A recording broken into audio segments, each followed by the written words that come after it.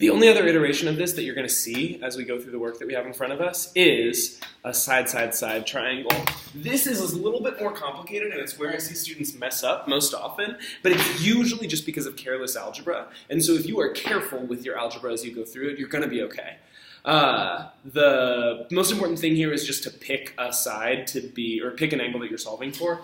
So who cares? I'm going to pick this one. I like this one the most. So we'll call this angle C. Because again, cosine C, like that's the angle we're dealing with, which means that 14 is going to be my longest side. I'll stick that out over here. So I set this up. It's going to be 14 squared is equal to, I need to pick an A and a B. It doesn't really matter.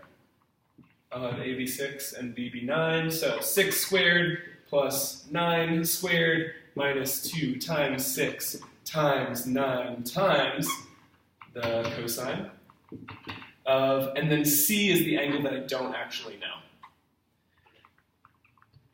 The most important thing is that this angle and this side are opposite one another in the triangle. So I have set this up correctly. I'm good to go. I'm going to show you every step of my work along the way so that we don't get too bogged down in our thoughts. 14 squared is 196. I didn't know that. Wait, 13 squared is 169?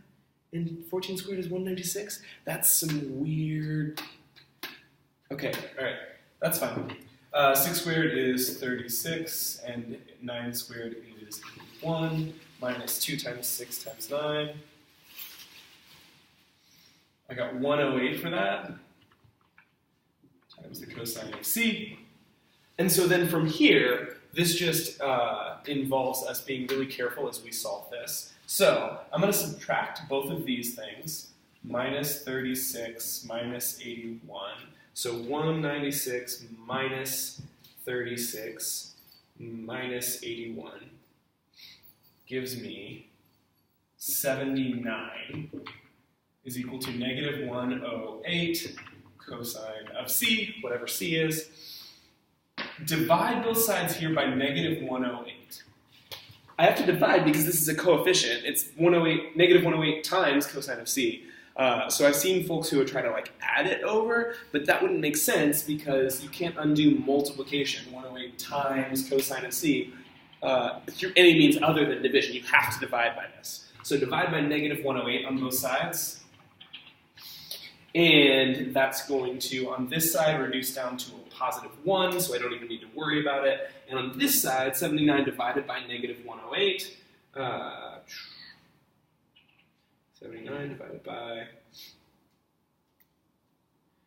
I get negative 0.7315.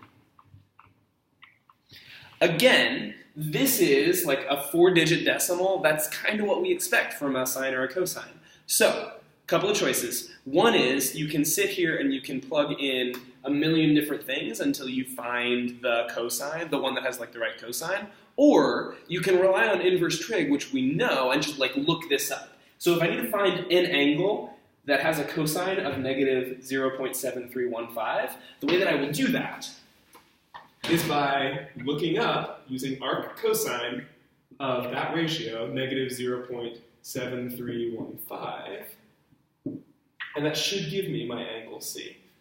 So, arc cosine of the answer, I get that C is equal to 137.010.